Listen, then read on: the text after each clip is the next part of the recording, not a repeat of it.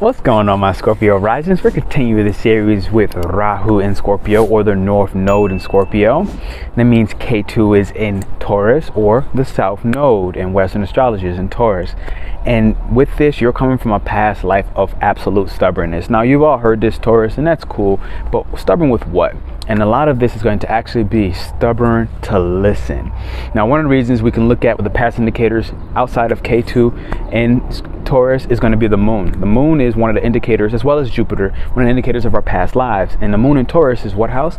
Third house, is ruled by the third house. And so what am I saying? Third house is our ability to speak and listen. And Gemini doesn't listen very well in this space of Taurus. Okay, third house in Taurus, it doesn't listen very well. It listens to itself. It listens to its own thoughts, because that third house is one of the houses where we're not able to really be empathetic with other people.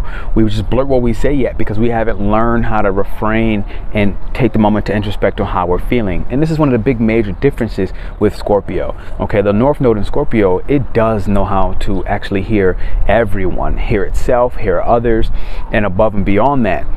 But it's still stubborn in its own way, right? It's still fixated on its beliefs. So when I look at this, one of the key things that you're going to need to focus on, Scorpio, with the North Node there, or Rahu in Scorpio, is going to be self-discipline, okay? Because in your past life, you didn't really need to discipline yourself when it comes to your sensual pleasures, all right? When it comes to sex, when it comes to food, when it comes to luxury. That was something that you worked very, very, very, very, very, very, very hard in a past life with the South Node in Taurus. So hard that you always took the hard way, because for you, the hard way equated to the stable path. So this life, you need to understand that it's actually more about being alive. It's about taking high risk. It's about understanding that your stability that you gain from your past life is not here to stay with you. It's here to be a support and a ground and rock for you, so that you can actually merge with others, merge with other superpowers. And I literally mean superpowers. One of the biggest things that Scorpio North Node will hate to do for Rahu and Scorpio is to merge with people that it feels are more powerful than it. And this is one of your downsides, I feel like, for the Scorpio and Rahu and Scorpio. It's like you look at other people and you have the sense of inferiority when you realize you step up against people who are either just as powerful or more powerful. And the reality is, what you're afraid of is exactly the direction you need to go, right? Those are the people that you'll most benefit from, and those are the people that are most benefit from you. Powerful people need to be around powerful people. And Scorpio, you are a signal of power. It's one of the things you care about the most. So be mindful of your past life of attracting people who you feel already are inferior than you, and you surround yourself with them because of intimidation factors.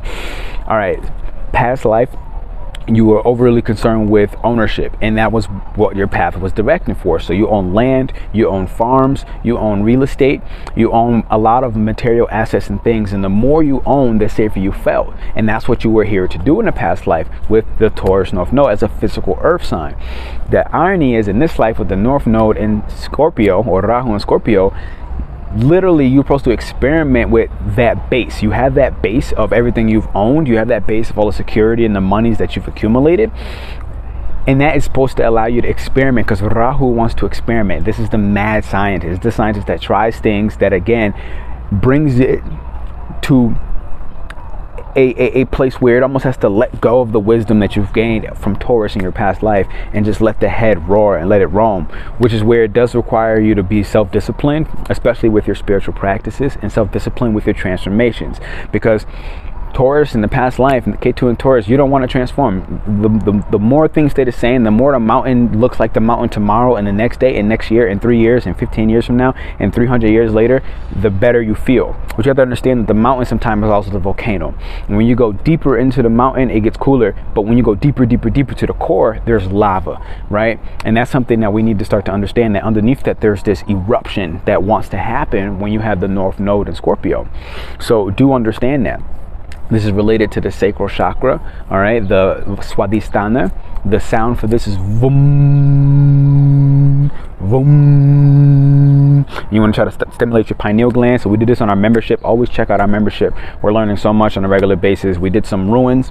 You got Lagus. I'm going to draw it with my hands.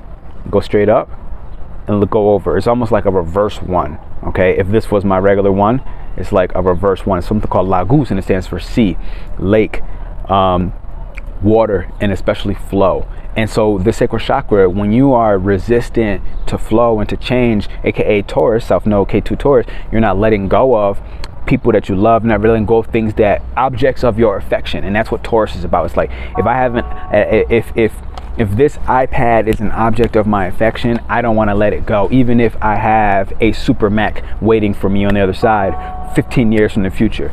And this high science of Scorpio and Rahu is exactly that. It's like somebody else has a power and they have things that they are willing and able to share with you, but Scorpio on the North Node really doesn't like to share.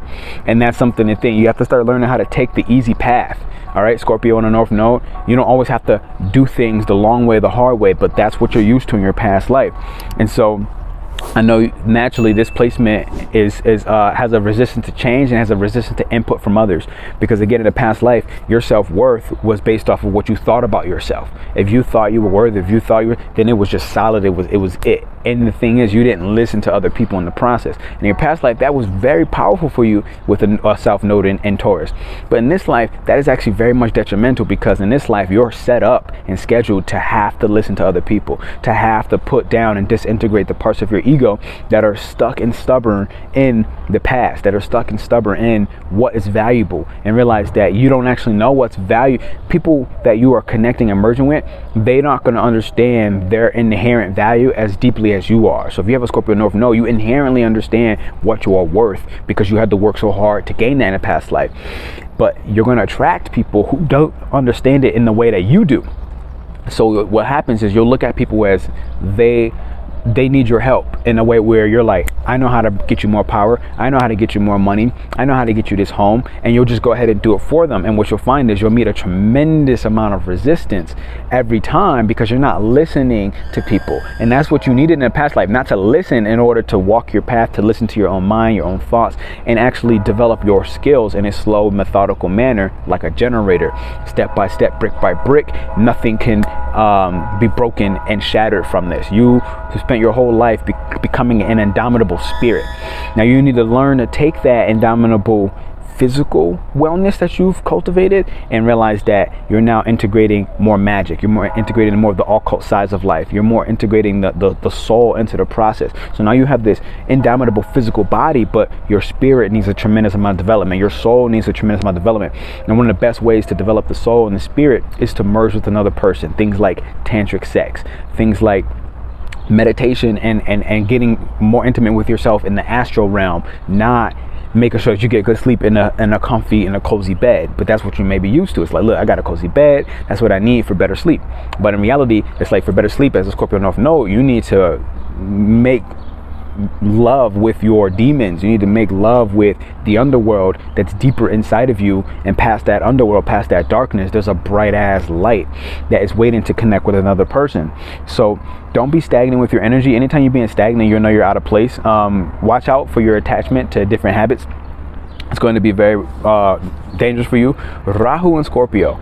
Rahu and Scorpio crave spiritual power developed through unseen risk. So you have to take more risk in this life that make you feel alive. In your past life, you didn't feel alive. You just felt like, I'm getting where I need to go. I have a goal. I set this. I have certain habits. I set certain routines, and they will get me there in approximately 70 years. And then you're happy with that. Very calm, simple life. Scorpio is like, nah, risk. It's all about developing your legacy. Your legacy is achieved after death now. That's what you need to understand. So everything you're doing, everything you're merging with, is not going to be for you. It's going to be the legacy you recreate, because you were born into having many past lives full of legacy, where land was passed down from you, from mother to mother to mother, or father to father to father to father. They kept giving and giving. But in this life, you may have been scheduled for some disappointment and some bitterness, because you're like, why didn't I get that land that my sister got? Why didn't I get that land that every other woman got in my generation?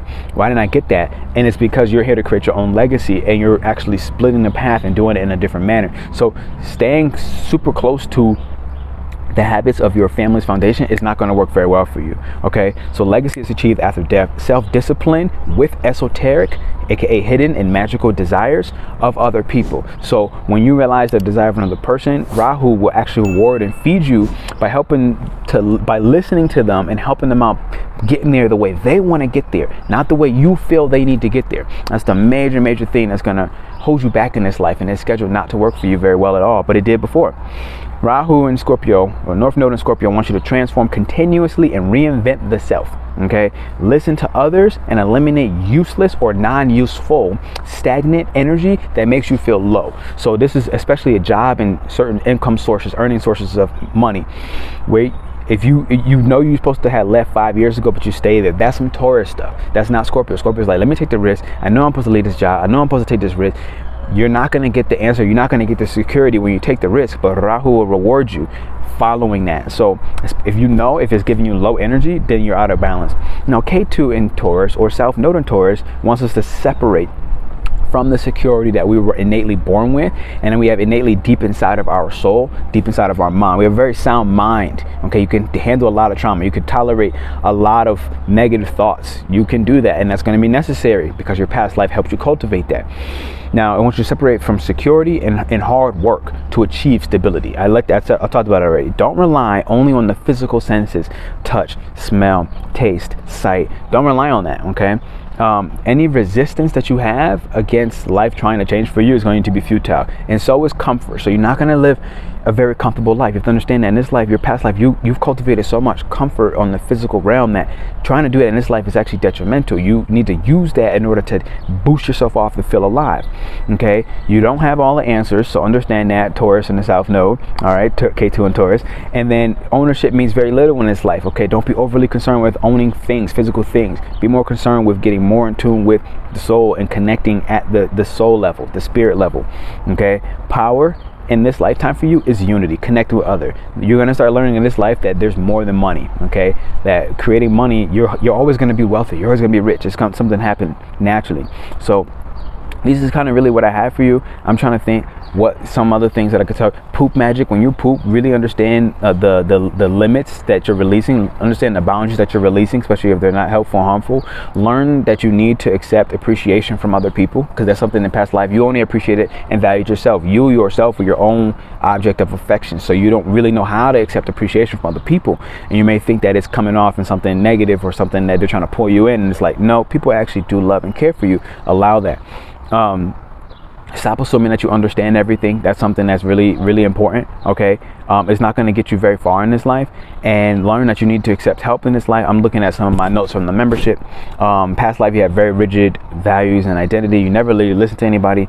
You've attracted unmotivated partners. All right, and so the illusion is that you're supposed to be with an unmotivated partner, and no, you need to be merging with somebody who has the strong values and desires that you have. And if they don't match, you're going to understand that it's probably not for you to stay with that person. You know, to learn to develop how to embrace the karmic fire, aka change. So step into the fire of reinventing yourself, reinventing your identity consistently, and you're going to only do that by considering the other person's need. That's something you have to really develop when you look at your Achilles heel, is not trusting your psychic abilities, not trusting your power of the unseen and subtle realms, not trusting the underworld dives that you do in your meditations. All right, not taking risks. These are all things that are your Achilles heel. So I have one affirmation for you, and it's: change promotes vitality. Change promotes vitality. Change promotes vitality. And I have one self-reflection question from you all from the membership. Consider joining our membership if this is valuable for you. All right, one self-reflection question: do I feel stagnant and bored? Do I feel stagnant and bored? Do I feel stagnant and bored? Because if you do and the answer is yes, you got to get out of there. Life is telling you anything that's making you feel very low with your energy, not alive. All right, these are a lot of people who are manifestors, manifesting generators. It's about following your heart. It's about following the risk, about reinventing yourself, realizing that if you don't, you're going to die in a way that is not going to transform you, but in a way that's going to make you feel dull, lackluster. Your eyes are going to be like, what's life? All right, I'll see you soon. Thank you for hitting the thumbs up and the likes button. Thank you for being here. All right, check out our flash sale if you catch this in time. If you don't, then there's always things going on. There's always events that I'm running. I want to say thank you for subscribing. If you're brand new and you found this valuable, I have plenty of Scorpio Rising videos. I'm a Scorpio Rising. I have plenty of Scorpio energy. And I want to say thank you for the intensity of this message. Love.